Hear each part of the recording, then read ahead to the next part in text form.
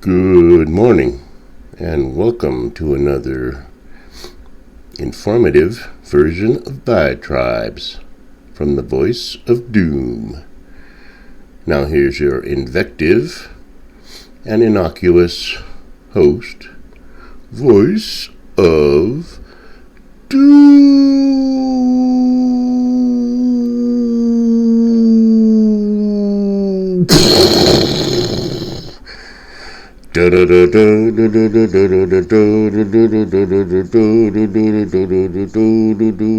So you wanna be a rock and roll star? Well, listen now to what I say. Get yourself an electric guitar. It'll take you a while to learn how to play. And with your head hang low and your pants are tight and skinny jeans, hey you, get up. This is the day where everybody creates. Trying to pretend to be a combination of Patti Smith and Tom Petty.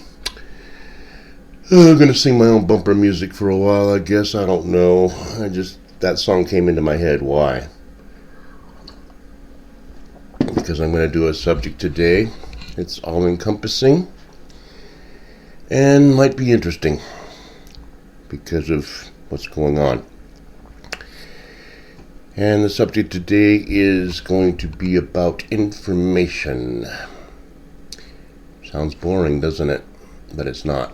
Now, before I do that, I will have some information. I'd like to do a shout out to my most loyal of fans, Nick. It's his 50th birthday today, and I'm dedicating this show to him because he is my one loyal follower who actually watches my crap and comments now and again. So I appreciate him. And it's going to be very difficult when I have 10 million followers to be as accommodating to my fans. But since Nick is my only fan, he will get a personal happy birthday. Apparently he's 50. I remember when I turned 50, my dad was more upset about it than I was. I wasn't too particularly upset about being 50. Didn't want to look 50. There's something about looking youthful that people like. It projects that you're not decaying and that you're not going to be thrown to the wolves. Okay. Oh, you're such a baby. That's what a typical idiot would say.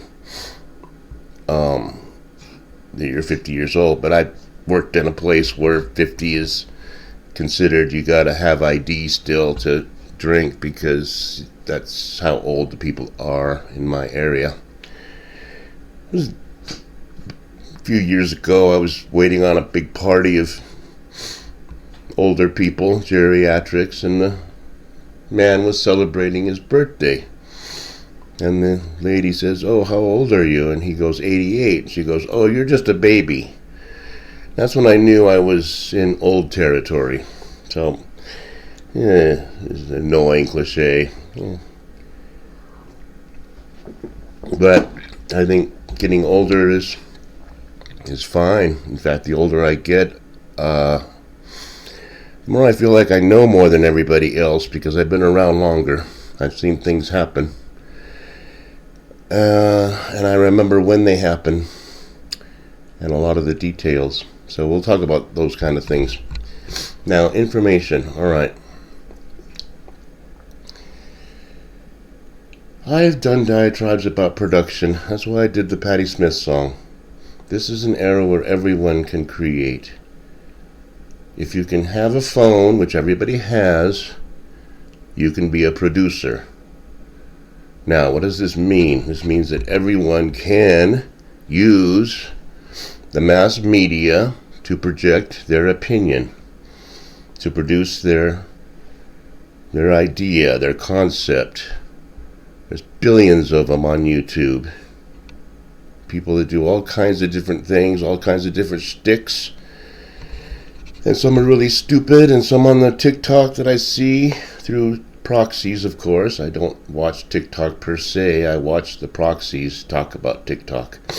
And I see them trying to produce, and I realize if you have 300 million people in America alone trying to produce, you're going to get a lot of information. You don't know what is true and what isn't. Now, in the old days, back in the 70s, let's just say, when you had to do a report, you had to get information. Now, how did you get that information? You went to the library. First, you looked it up in the encyclopedias, then you looked up textbooks about your subject. Then, if you really wanted to dig into the weeds, you'd do a few magazine articles, and then if you were actually serious, you'd actually get your own information, get your own data from sources here and there and everywhere. That's how you did a report. Now, you knew that the information had credibility. Why? Because Britannica and all those guys decided to put a lot of money into making an encyclopedia with information that was going to be correct as to the best of their knowledge. They weren't just going to let everybody throw in their own 2 cents and call it a encyclopedia. And you can do that with any textbook. So that's how it had credibility. With news, for instance. You watch the news, it was a high production affair where they spent millions of dollars to make networks on television to produce the news. So they weren't just going to let anything get by. Now they got news channels by the billions. I'm a news channel in my own way. And I am not qualified. But I know more than they do. Now let's talk about the oozing of information, the big ooze. And I will give the Goppers a grade of D plus so far. And the reason they're getting the D plus is because they did rescind the 87,000 IRS agents they were going to sick on everybody. So that's a good start, but I don't see any impeachment papers on anybody's desk yet, so they are going to get a D for now. They've had 2 days to unravel the mess that we're in, and they better get moving faster. So D plus for now. Information is coming out. Why? Well, it's a perfect storm for the D's, and it's a perfect storm for the liberal nimrods, because everything's coming back to bite them on the butt, and there's not a lot they can do about it, because everybody's put everything on this thing, and they merely show the impunicity, the utter, rampant impunicity so deep, defies description, of the hypocrisy, the two-faced duplicity, these idiots. Now, I'm hearing word that Muskie is not going to stop. He's not going to hold back his reins, pull in the reins on releasing the information that Twitter should have had, and releasing the information that they suppressed, and releasing the information that may incriminate certain people that have lots of money that go by the name of Faustus. This may be coming up in the near future, where certain things may come out that may make people a little bit angry. And Faustus says he has no idea what it could possibly be, but I often wonder how people like Faustus and the elites, the super elite, very rich, lots of money, can afford to eat very well, probably has a really comfortable bed, if they really sleep well at night. How well does Paul Pelosi sleep, knowing that a trial is coming that may make him look rather outre, you might say? How well does Faustus sleep at night, knowing that there could be information on Twitter that was suppressed that could incriminate him, having to do with gain of function? and having to do with his whole role in how 2020 played out, I wouldn't be able to sleep. Now, I know that Petri Dish sleeps very well because he has no idea what's going on. So he probably sleeps like a baby every night. But I wanted to touch on this other subject that's come up. I want to explain something to you from the standpoint of someone who's seen other things before.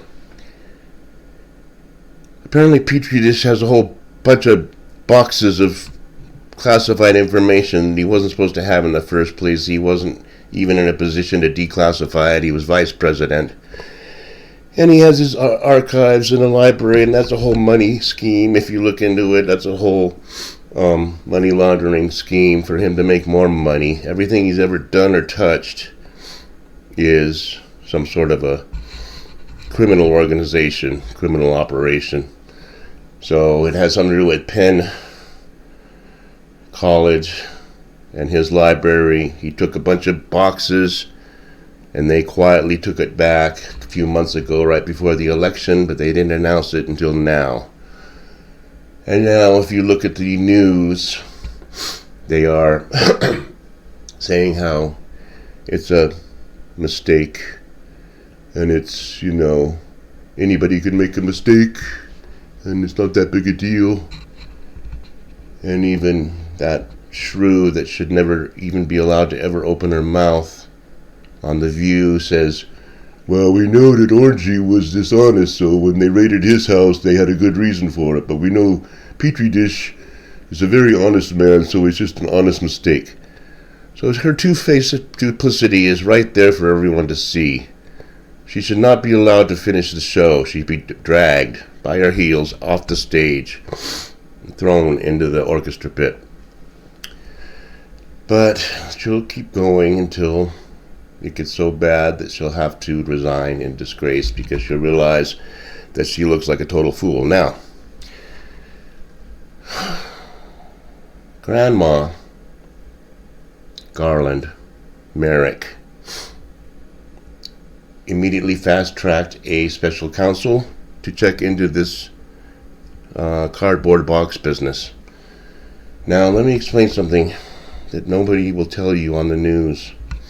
Whenever an attorney general fast-tracks a special counsel or fast-tracks an investigation after dragging feet through the mud, kicking and screaming, doing any other investigation, but then suddenly something comes up that they fast-track, that means that they want to distract you. And they're going to do it with something that's confusing, like archives and classified information and pieces of paper. That's what they're going to do. That's what they're doing.